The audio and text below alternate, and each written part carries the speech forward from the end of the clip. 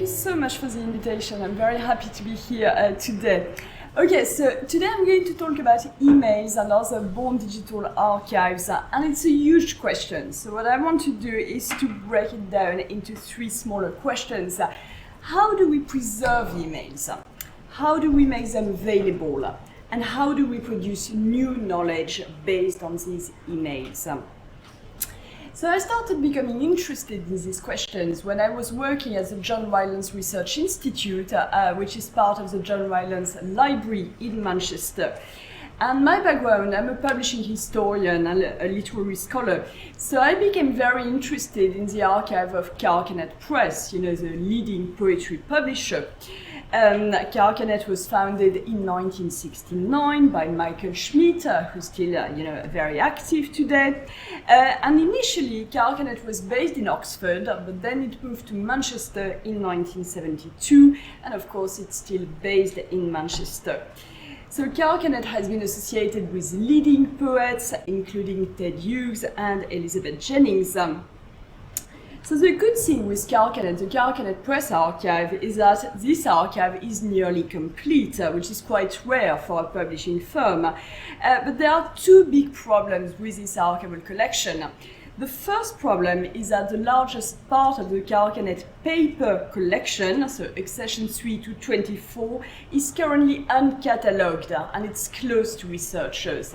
So that's the paper part of the collection, and then you have the born digital part of the collection, which is a dark archive. So it's closed to researchers, access is restricted to a small number of staff only. So my AHRC project is about Carcanet Press and the problem of born digital records, which is of course a much broader problem. I mean, other institutions, including the British Library, the Cabinet Office, the National Archives, well, they face exactly the same problems, and of course institutions in Scotland as well have exactly the same problem. How do we preserve those born digital records? How do we make them available? And how do we produce new knowledge based on these records?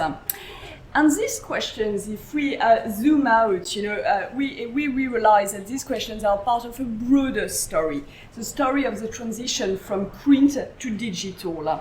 And this story started well, and it's often the case with revolutions, they bring great expectations. In the 1990s, the digital revolution was associated with a bright future. If you're over than 35 years old, well, you probably remember the first time you created an email account with Hotmail or Yahoo. Perhaps you even remember the first time you sent an electronic message. And for those of us who grew up with print, well, emails seemed full of promise. So much more convenient than print, cheaper than the telephone. No need to go to the post office to buy a stamp. And of course, you could get a response almost instantly. You could even meet new people via email. And I don't know if you remember the romantic comedy You've Got Mail, with Tom Hanks and Meg Ryan. Well, it was released in 1998. And the two protagonists, they work in the book world. They do not know each other at first. And they communicate only via emails. And in a way, this film is about the transition from print to digital. You've got mail, which is also the sound of email arriving, for AOL users. Well, this sound reached the public consciousness. Print was out, the digital was in. So this story started well, but then problems started to appear. More and more people started using emails, and archivists began to worry, because electronic records, of course, are extremely fragile. You can leave a letter in a box for several decades, and there is a good chance that it will still be there when you open the box again. But the same is not true for emails and born digital records.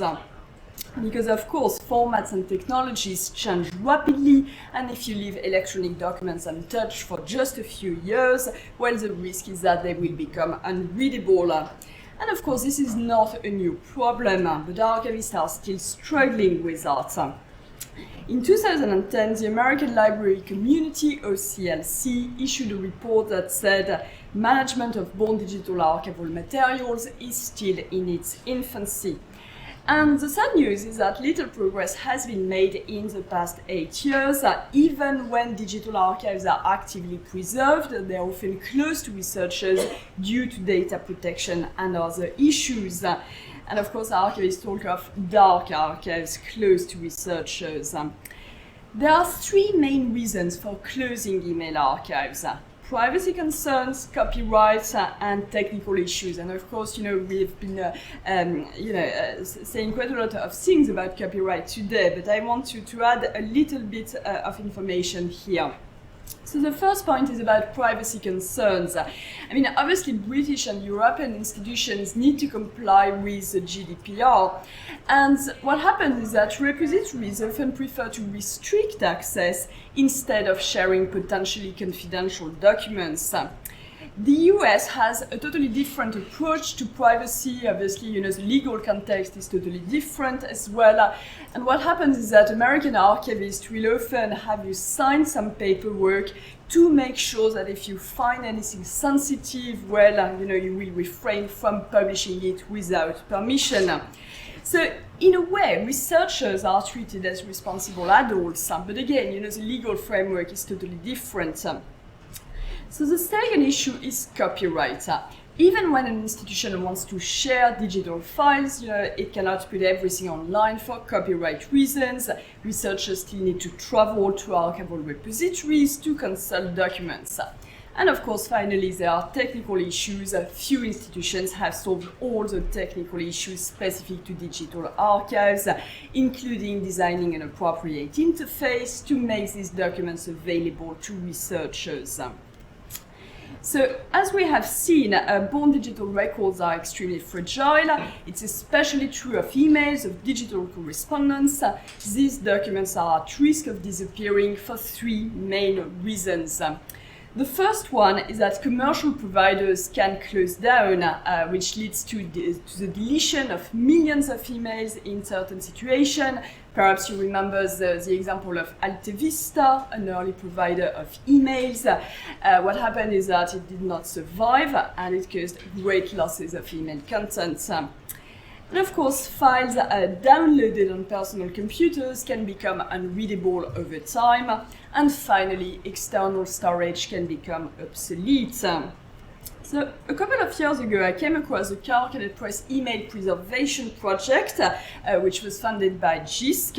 And it was a great project. It led to the successful rescue and preservation of 215,000 emails and 65,000 attachments generated by Carcanet Press. So emails sent by Michael Schmidt, for example, the founder.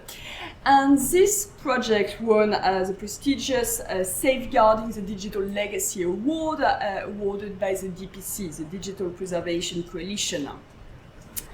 So, as I said, preserving email collection is not a new problem. It started in the 1990s, following an important legal case.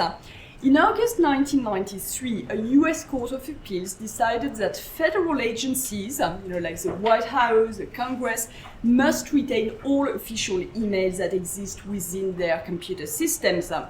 So basically, it was not enough to print certain messages out to paper, the court said. Hard copies often lacked important information. Who sent the message? To whom? What time was it sent? So electronic versions had to be retained to satisfy record-keeping requirements. And of course, for archivists, that was a major challenge, as this article published in 1994 shows. So, of course, in the past 25 years, several scandals have shown the historical and legal value of emails. I'm sure you remember the Enron scandal, the WikiLeaks scandal, the ClimateGate scandal, and more recently, the scandal with the emails of Hillary Clinton. So again and again, we've seen the devastating impact of information or perceived information contained in email correspondence. But many archivists still, are not sure what to do with born digital records, and the issue of preservation remains a central problem. And again, as a researcher, I would say that preserving email collections is one thing, but making them accessible is another. So the Carcanet email collection, as I told you, is still being treated as a dark archive, embargo to researchers. So access is restricted to a small number of staff only. So I want to talk a little bit about another case study, the Harry Ransom Center in Austin, Texas. So 2 years ago, I was the first scholar to access the emails of Ian McEwan, basically I'm going to tell you a little bit about this collection. So what happened is that a couple of years ago, Stephen Ennis, who's the director of the Harry Ransom Center, he traveled to London and he met with Ian McEwan, to discuss the acquisition of this collection. And Ennis was really interested in the correspondence between Ian McEwan and Salman Rushdie. So basically, he convinced Ian McEwan to include his emails as part of this collection. So basically, McEwan agreed, and when he sold his archive to the Harry Ransom Center, well, he included 17 years of emails from 1997 to 2014. And not many people know about these emails. What the finding it does tell us is that there are email printouts available to researchers. And of course, these printouts are just a small selection of McEwan's 80,000 emails. So it's quite ironic that literary archives still rely on prints at a time when most records are born digital. So that was the first example I wanted to show. The second example is the Salman Rushdie archive at Emory University in Atlanta. So when Salman Rushdie transferred his archive to Emory, he included an early Macintosh, and visitors cannot use this old machine, but they have access to an emulator. So they can see what was on Rushdie's desktop on the last day that he typed at the machine. And there was an interesting article in the New Yorker that said that the experience of using this early computer environment can inspire a sort of nostalgia, especially for people who remember their first computer. So that was quite interesting. Going back to my example on Carcanet Press, last year I started my AHRC Leadership Fellowship. The title of the project is quite long. It's Survival of the Weakest, Preserving and Analyzing Born Digital Records to Understand How Small Poetry Publishers Survive in the Global Marketplace.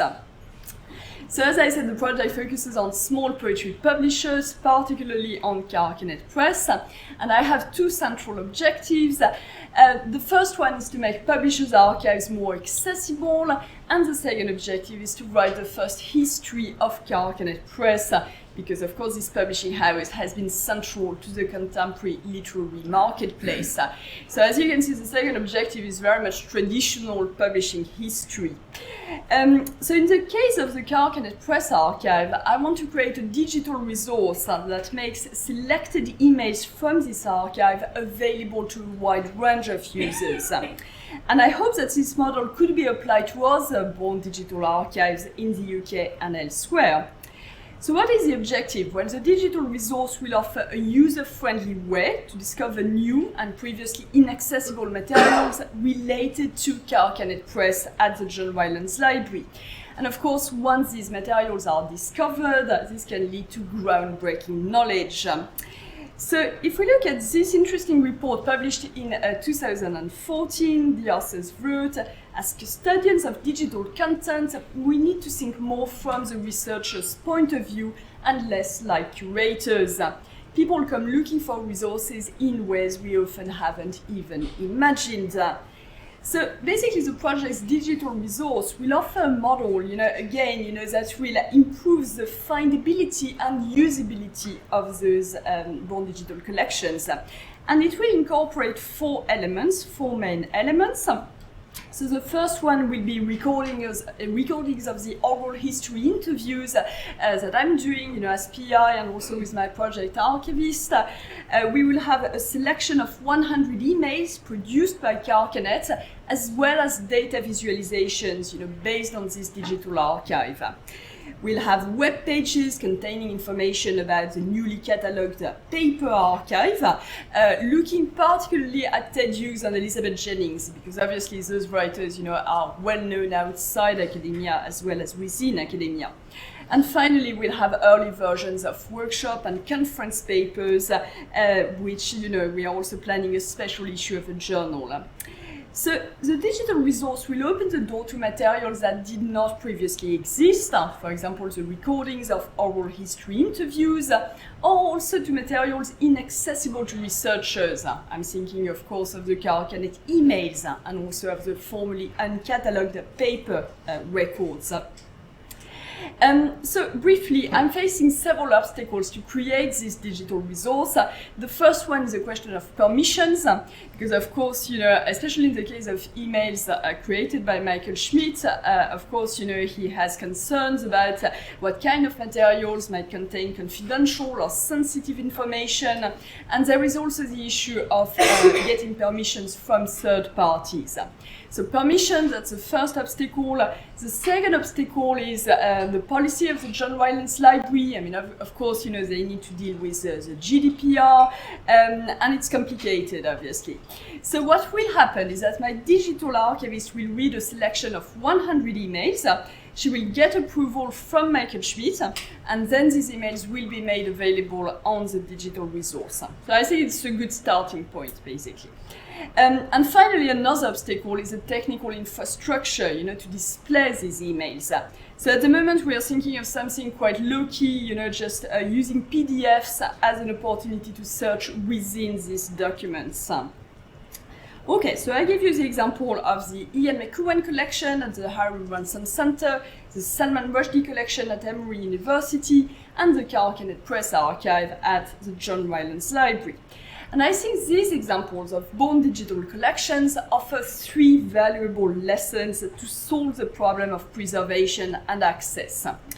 The first lesson is that contemporary archives, whether paper or digital, will always carry some risk regarding data protection. So when I was looking at Ian McEwan's emails, I discovered some confidential and sensitive information. And I think, most researchers will not publish this kind of stuff, okay? We have this kind of unwritten ethical code, we're not going to publish anything sensitive or confidential. And of course, archives can also ask researchers to sign, documents, asking researchers not to publish anything which might be problematic. The second lesson is that the technical infrastructure does not need to be perfect. For the McEwan archive, I was not sure if the emails I was reading on the screen were originally in the inbox folder, in the sent folder, or in another folder. So often it was difficult to understand the context. And actually a typical experience was to read McEwan's response to a query, and then I clicked several dozens of other emails, and finally I found the original question. So I think, the small technical problems did not prevent me from finding relevant data for my research. And finally, the third lesson is that archival institutions should actively involve researchers at the early stage of opening born digital collections. And we've been, talking quite a lot about, working closely between libraries and researchers, and I think that's really moving in the right direction here. At the Harry Ransom Center, for example, Stephen Ennis asked me to give him some feedback on my experience of using McEwan's email archive. And also I think this empowers researchers to play an active role in shaping access to these collections, rather than passively waiting for archivists to give us finding aids or to design access policies. So in other words, researchers can be co-creators of archives instead of passive users. Okay, so I'm going to conclude now. At first, this talk started with a call for action. Born digital archives are endangered archives, and we need to preserve these collections to make them available and to produce new knowledge. So the good news is that some progress has been made since 2003, when UNESCO warned that the world digital heritage was rapidly disappearing. You have institutions such as the BNF in France that are actively preserving web archives. Of course, the British Library is doing the same thing, so that's moving in the right direction. Public organizations and universities are doing a lot of work, but they are moving quite slowly. And I think it's quite a pity that that email and born digital archives are still treated as a new thing that not many people understand, basically. And if you look at a survey that was published in 2016, it was commissioned by Archivum, a provider of data safeguarding solutions. So what they did, they conducted a survey among professionals in a wide range of galleries, museums, archives, libraries. And when they asked people about their digital preservation strategy, well, 67% responded that they were still at the information gathering, just starting out phase. And only 30% had a process in place and were actively doing digital preservation. So you have a slow rate of progress on one side, and of course on the other side we have those internet giants, Facebook, Twitter, etc. Move fast and break things. So that's totally different here. So I think it's important that we accelerate the rate here, that we accelerate the preservation of born digital literary archives, and we also need, as researchers, to push for access to these archives through open data, but open data respectful of privacy. So that's a fine balance, really. And just one final point, I think we need to adapt to a changing world where print is the exception rather than the norm. This is what Meg Ryan's character says in You've Got Mail. People are always saying that change is a good thing, but all they're really saying is that something you didn't want to happen at all has happened. And perhaps we didn't choose this transition from print to digital. I mean, many of us would prefer to shop at a lovely local bookshop instead of using Amazon. So we didn't really choose this transition, but the transition from print to digital is of course also a source of opportunities. So I think it's really urgent to preserve those born digital documents, to make them available, and to produce new knowledge.